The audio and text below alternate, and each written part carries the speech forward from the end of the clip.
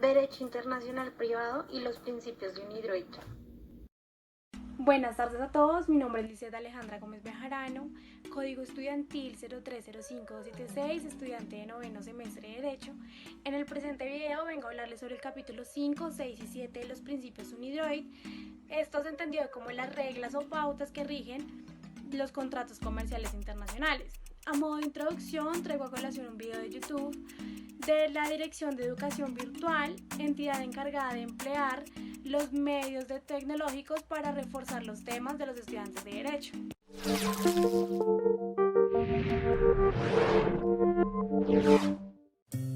Nuevos contratos mercantiles. El hombre siempre necesitó relacionarse con el resto de la sociedad para su subsistencia y desarrollo.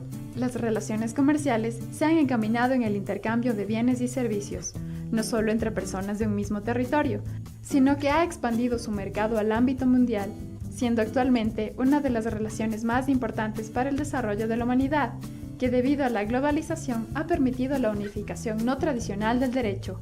La lex mercatoria es aquella creada por los comerciantes y que rige para ellos, que se manifiesta a través de los contratos atípicos, así como de sentencias arbitrales. Su origen se remonta a la Baja Edad Media, que tuvo lugar con el desarrollo del comercio en las distintas ciudades alrededor del mundo, principalmente entre el actual Mediterráneo, y que se exteriorizó fundamentalmente en ferias, por lo que su nacimiento se debe a las dificultades de aplicar el derecho del lugar, donde se celebró el contrato o al que pertenece el comerciante. Entonces la costumbre, los usos y las prácticas que fueron aceptadas por parte de los comerciantes es lo que se conoce como la lex mercatoria, pero su antecedente es el ius mercatorium, el cual nace como un derecho creado por dos comerciantes para regular sus actividades, que se convierte en lex. Cuando dichos contratos celebrados por estos comerciantes pasan a ser usados por los demás comerciantes. Se debe tomar en consideración que la lex mercatoria es considerada como una fuente del derecho internacional, básicamente porque se convierte en una forma de crear derecho, desde el ámbito de las relaciones privadas comerciales, debido a que son las mismas partes quienes dan lugar al nacimiento de normas que regulan sus propias relaciones comerciales, permitiéndoles no solamente determinar el ordenamiento jurídico, sino también la forma en que será aplicable. Todo esto gracias a los contratos atípicos y su principio de la autonomía de las partes. Toda relación entre personas puede producir desacuerdos. Los conflictos en contratación mercantil no son la excepción, y en base al principio de la autonomía de las partes se puede llegar a someter la controversia a arbitraje, dejando de lado la justicia ordinaria, como por ejemplo someterlo a la Corte Internacional de Arbitraje de la Cámara de Comercio Internacional. Es en relación a esto que se justifica que la lex mercatoria llegó a convertirse en derecho, y por tanto fuente del derecho mercantil internacional. Una vez visto el video, podemos definir que los principios UNIDROIT es lo que bien se define en el derecho internacional como soft law, instrumentos cuasi legales que carecen de carácter vinculante o carácter normativo en razón a que las instituciones que las emiten no tienen poder legislativo, por lo tanto serán simplemente recomendaciones o normas de conducta que regulan los contratos mercantiles. Sin embargo, la importancia de los principios UNIDROIT radica en que actualmente se ha vuelto en una práctica o en un uso habitual en el mercado conocido como la lex mercatoria. En este video vamos a explicar los capítulos 5, 6 y 7 de los principios UNIDROIT. En primer lugar, es menester hacer énfasis que el Instituto Internacional para la Unificación del Derecho Privado es una institución intergubernamental fundada en 1926 como órgano adscrito de la Sociedad de Naciones, actualmente Organización de Naciones Unidas, encaminada a buscar la armonización del derecho privado y en especial del derecho mercantil. Ahora bien, respecto a los principios UNIDROIT, entendido como las reglas que rigen el contrato mercantil internacional, serán de aplicación cuando las partes, en uso de su autonomía de la voluntad, deciden acogerse a ellas o deciden acogerse a la lex mercatoria. Los principios UNIDROIT permiten eliminar la incertidumbre respecto a qué ordenamiento jurídico va a regir el contrato mercantil y asimismo permite mantener un documento unificado, el cual puede ser consultado en diferentes idiomas. Los principios UNIDROIT fueron expedidos en 1994 y adicional a ello cuentan con 4 versiones, del 2004, 2010 y la más reciente, que es la del 2016. Capítulo 5. Este capítulo de los principios UNIDROIT hace referencia al contenido del contrato mercantil, la estipulación a favor de terceros y las obligaciones condicionales. Ahora bien, en el contrato mercantil las obligaciones contractuales pueden ser expresas o implícitas, derivadas de la naturaleza y la finalidad del contrato, las prácticas establecidas entre las partes y los usos, la buena fe y lealtad negocial y por último el sentido común. Es menester hacer alusión que cada parte deberá cooperar con la otra cuando dicha cooperación pueda ser razonablemente esperada para el cumplimiento de las obligaciones de esta última. Existirán dos tipos de obligación, de resultado, siendo aquellas en que la obligación de una de las partes implica alcanzar un resultado específico, estando aquella obligada a tal resultado. Y las obligaciones de emplear los mejores esfuerzos son aquellas en que la obligación de una de las partes implica el deber de emplear los medios más idóneos en la ejecución de la prestación, estando obligada a emplear la diligencia que podría, en circunstancias similares, una persona razonable en la misma condición. Al respecto, para identificar ante qué tipo de obligación se está, es necesario tener en cuenta los términos en que se describe la prestación del contrato, el precio y otros términos del contrato, el grado de riesgo que suele estar involucrada en alcanzar el resultado esperado y la capacidad de la otra parte para influir en el cumplimiento de la obligación. Respecto a la determinación de la prestación del contrato, cuando aquella no ha sido precisada en el contrato o no puede determinarse a base de esta, el deudor deberá una prestación de una calidad razonable y no inferior a la calidad media. Ahora, la determinación del precio estará sujeta a 4 circunstancias. Cuando no se fija el precio en el contrato o carece de términos para determinarlo, se considerará que las partes, salvo indicación en contrario, se remitirán al precio generalmente cobrado al momento de celebrarse el contrato en circunstancias semejantes dentro del respectivo ramo comercial. Si aún no pudiera establecerse este precio, se entenderá que está sujeto a un precio razonable. Segundo, cuando la determinación quede a cargo de una parte y la cantidad sea manifiestamente irrazonable, el precio será sustituido por un precio razonable sin admitirse disposición en contrario. Tercero, cuando la determinación quede a cargo de una de las partes de un tercero y aquel no pueda fijarlo, será uno razonable. Y cuarto, cuando el precio ha de fijarse por referencia a factores que no existen o que han dejado de existir, se remitirá como sustitutivo al factor equivalente más cercano. Ahora bien, respecto a la resolución del contrato, cualquiera de las partes podrá resolverlo notificando a la contraparte con razonable anticipación. Y por último, el acreedor tendrá la posibilidad de renunciar a su derecho mediante un acuerdo con el deudor, consenso que se presumirá aceptado si el deudor no lo rechaza inmediatamente después de conocerlo.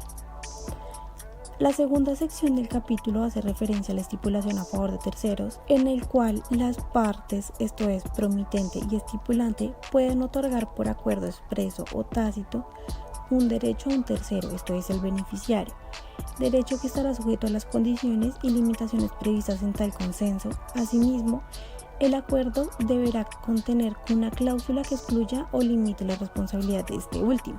Se dice que el beneficiario debe estar identificado con suficiente certeza, pero no necesita existir al momento de celebrar el contrato. Y finalmente las partes podrán modificar o revocar los derechos otorgados por el contrato al beneficiario o aquel podrá renunciar al derecho concedido. La sección tercera, referente a las obligaciones condicionales de la Capite 5, establece que un contrato puede ser condicional si depende de un evento futuro e incierto, de tal modo que la obligación contractual solo surta efectos o deje de tenerlos si acaece tal evento. Si el incumplimiento de esta condición es impedido por una parte en violación del deber de buena fe y lealtad negocial, dicha parte no podrá invocar la falta de cumplimiento y, de igual forma, si el cumplimiento de la condición es provocado por una parte en violación del deber de buena fe y lealtad negocial, aquella no podrá invocar el cumplimiento. Capítulo 6. Este acápite de los principios UNIDROIT referente al cumplimiento general del contrato establece que las partes deberán cumplir sus obligaciones en el momento específico fijado en el contrato o determinable por este, en cualquier momento dentro del periodo de tiempo fijado o determinable en el contrato o dentro de un plazo razonable después de la celebración del contrato. Empero a ello, en los dos últimos casos, el deudor deberá cumplir con las obligaciones en un solo momento siempre y cuando la prestación pueda realizarse de una vez. Ahora bien, respecto a la oferta de cumplimiento parcial efectuada al vencimiento de la obligación, sin importar que esté acompañada de una garantía relativa al cumplimiento del resto de la obligación, el acreedor podrá rechazarla a menos que carezca de interés legítimo para el rechazo. Los gastos adicionales causados por este cumplimiento parcial serán a cargo del deudor sin perjuicio de otro remedio que le pueda corresponder al acreedor. Por otro lado, el cumplimiento anticipado de la obligación podrá ser rechazado por el acreedor, salvo que carezca de interés legítimo. Sin embargo, la aceptación no afectará el plazo para el cumplimiento de sus propias obligaciones.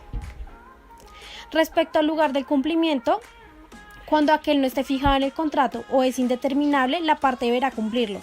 Primero en el establecimiento del acreedor cuando sea obligación dineraria o en su propio establecimiento cuando se trate de cualquier otra obligación.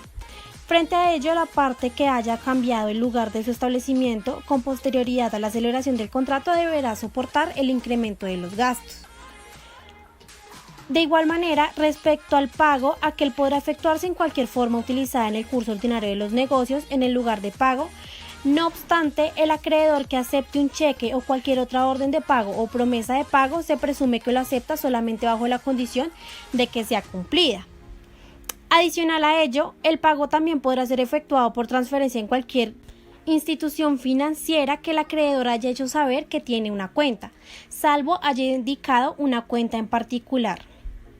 Es importante saber que cuando una obligación dineraria es expresada en una moneda diferente a la del lugar de pago, aquel podrá efectuarse en la moneda de dicho lugar, salvo aquella no sea convertible libremente o las partes hayan convenido que el pago debía efectuarse solo en una moneda específica. Finalmente, respecto a la excesiva onerosidad consistente en que cuando el contrato llegue a ser más oneroso para una de las partes, pues se pierde el equilibrio contractual, ya sea porque es alterado de modo fundamental en razón a que el costo de la prestación se ha incrementado o este ha disminuido, escapando del control de la parte en desventaja, aquella permanecerá obligada a cumplir sus obligaciones. No obstante, puede solicitar la renegociación del contrato, reclamo que deberá efectuarse de forma inmediata y con indicación de los fundamentos en que se basa. Caso de no llegar a un acuerdo dentro de un tiempo prudencial, cualquiera de las partes puede acudir a un tribunal. Capítulo 7. Este acápite hace referencia al incumplimiento del contrato entendido como la falta de ejecución por una de las partes de sus obligaciones contractuales, incluyendo el cumplimiento defectuoso o el cumplimiento tardío. Sin embargo, una parte no podrá ampararse en el incumplimiento de la otra en la medida en que tal incumplimiento haya sido causado por acción u omisión de ésta o por cualquier otro acontecimiento por el que ésta haya asumido el riesgo. La parte incumplidora puede subsanar a su cargo cualquier incumplimiento siempre y cuando primero notifique sin demora injustificada a la parte perjudicada la forma y momento propuesto para la subsanación. Segundo, la subsanación sea apropiada a las circunstancias. Tercero, la parte perjudicada carezca de interés legítimo para rechazarlo. Y cuarto, dicha subsanación se lleva a cabo sin demora. Es menester hacer alusión que la notificación de que el contrato ha sido resuelto no excluye el derecho a subsanar el incumplimiento. Adicional a ello, se dice que los derechos de la parte perjudicada que sean incompatibles con el cumplimiento de la parte incumplidora se suspenderán desde la notificación efectiva de la subsanación hasta el vencimiento del plazo para subsanar, y la parte perjudicada podrá suspender su propia prestación mientras se encuentre pendiente la subsanación. Sin embargo, aquella no perderá el derecho de reclamar el resarcimiento por el retraso o por cualquier daño causado. Ahora bien, la parte perjudicada por el incumplimiento podrá conceder mediante notificación a la otra un periodo suplementario para que la cumpla, dentro del cual aquella podrá suspender el cumplimiento de sus propias obligaciones correlativas y reclamar el resarcimiento, pero no podrá ejercitar ningún otro remedio, salvo que la parte en contrario le notifique que no cumplirá dentro del periodo suplementario o aquel termine sin que la prestación haya sido realizada.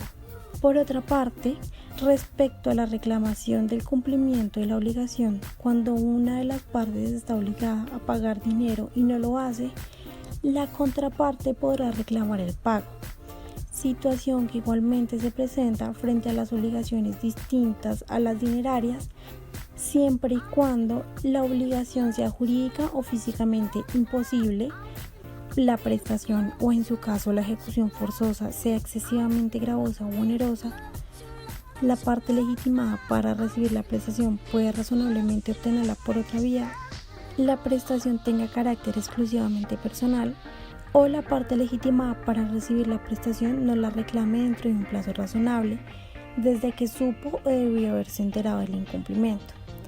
Al respecto, es importante mencionar que el derecho de cumplimiento incluye, cuando haya lugar a ello, el derecho a reclamar la reparación, el reemplazo o subsanación de la prestación defectuosa. Finalmente, una parte puede resolver el contrato si la falta de cumplimiento de una de las obligaciones de la contraparte constituye un incumplimiento esencial, para lo cual se tendrá en cuenta que, primero, el incumplimiento prive sustancialmente a la parte perjudicada de lo que tenía derecho a esperar en virtud del contrato, a menos que la contraparte no hubiera previsto ni podido prever razonablemente el resultado. Segundo, la ejecución estricta de la prestación insatisfecha era esencial según el contrato. Tercero, el incumplimiento fue intencional o temerario. Cuarto, el incumplimiento da a la parte perjudicada razones para desconfiar de que la otra incumplirá para el futuro. Y cuarto, la resolución del contrato hará sufrir a la parte incumplidora una pérdida desproporcionada como consecuencia de su prestación o incumplimiento. Por lo anterior, el derecho de una parte a resolver el contrato se ejercerá mediante notificación a la contraparte, por lo que si la prestación ha sido ofrecida tardíamente o de otro modo no conforme con el contrato, la parte perjudicada perderá el derecho a resolver el contrato a menos que notifique su decisión a la contraparte en un periodo razonable después de que supo o debió saber de la oferta o de la prestación defectuosa. Adicional a lo anterior, en relación a los efectos generales de la resolución, revelará a ambas partes la obligación de efectuar y recibir prestaciones futuras. Sin embargo, esto no excluirá el derecho a reclamar una indemnización por los daños y perjuicios causados en razón al incumplimiento, ni afectará cualquier término del contrato relativo al arreglo de controversias o cualquier otra cláusula del contrato destinada a operar aún después de haber sido resuelto. Para finalizar el video, quiero recalcar que los principios UNIDROIT no restringen la aplicación de las normas de carácter imperativo, ya sea de orden nacional, internacional o supranacional, que sean aplicables al contrato mercantil.